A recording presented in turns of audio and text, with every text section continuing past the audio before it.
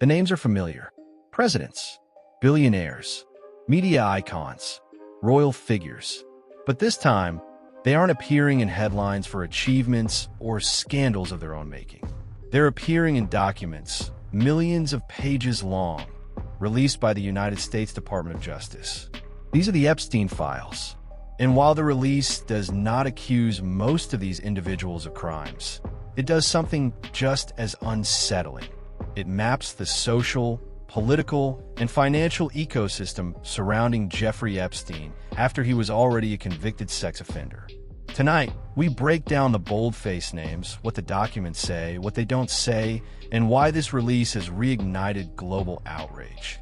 Jeffrey Epstein was convicted in 2008 for soliciting a minor. Yet, even after that conviction, the newly released files show that Epstein continued to move freely among the world's elite, hosting dinners, arranging meetings, and exchanging emails with some of the most powerful people alive. It's important to be clear. The presence of a name in these files does not mean criminal guilt, but it does raise serious questions about judgment, access, and accountability, especially when those interactions happened after Epstein's conviction. The files also sparked outrage when unredacted nude images of alleged victims were briefly posted by the Department of Justice before being removed, an act that victims described as horrifying and re-traumatizing. Bill Gates' association with Jeffrey Epstein has been documented for years, but the latest file release adds a new layer. Draft messages saved inside Epstein's own email account. These drafts, written in a stream of consciousness style, express resentment toward Gates.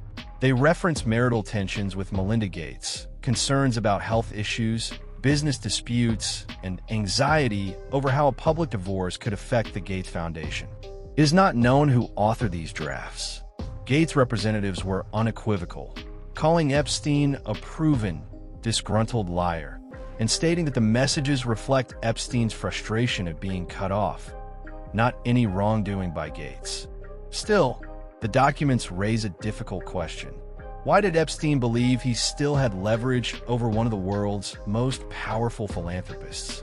Elon Musk has repeatedly stated that he refused invitations to Epstein's private island. But a 2012 email exchange tells a more complicated story. Epstein asked Musk how many people would require helicopter transport to the island. Musk replied, just himself and his then wife, and asked which night would offer the wildest party. These emails directly contradict Musk's later claim that he refused the invitation. Musk has since stated he never attended Epstein events and has publicly called for the prosecution of Epstein's criminal associates. The contradiction doesn't prove criminality, but it does expose how narratives change when documents emerge. In December 2012, Howard Lutnick, now U.S. Secretary of Commerce, sought coordinates for his boat captain to meet Epstein near Little St. James.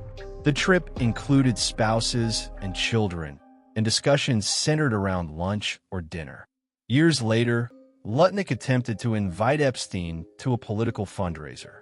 His spokesperson insists the interactions were limited and involved no wrongdoing.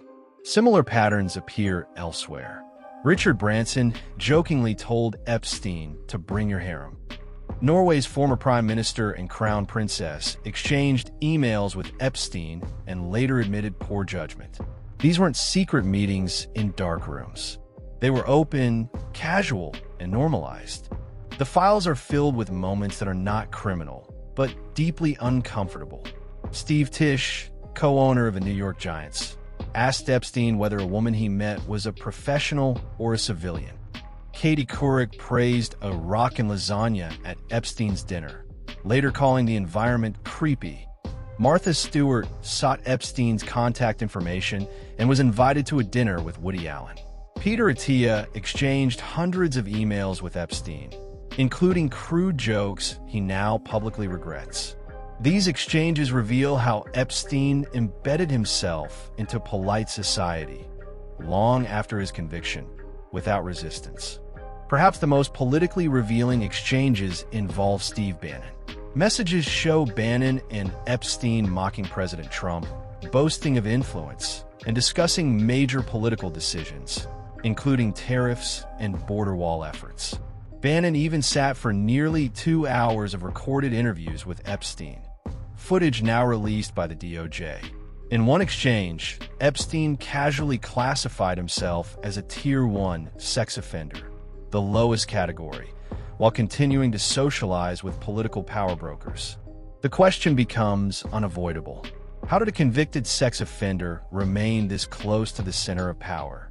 Sergey Brin, co-founder of Google, appears in early correspondence with Ghislaine Maxwell, years before Epstein's conviction. Epstein accuser Sarah Ransom later claimed she encountered Brin on Epstein's island. Brin has not publicly responded. Josh Harris, owner of multiple major sports franchises, is shown thanking Epstein for a breakfast attended by Bill Gates. His representatives deny any independent relationship. Again and again, the pattern repeats. Access without accountability. Proximity without consequence. The Epstein files do not provide closure. They provide a mirror, a reflection of how power protects itself, how status outlives scandal, and how a convicted predator remained welcome in elite circles for over a decade. Justice is not measured by document releases. It is measured by accountability. And for many victims, that accountability still feels dangerously incomplete.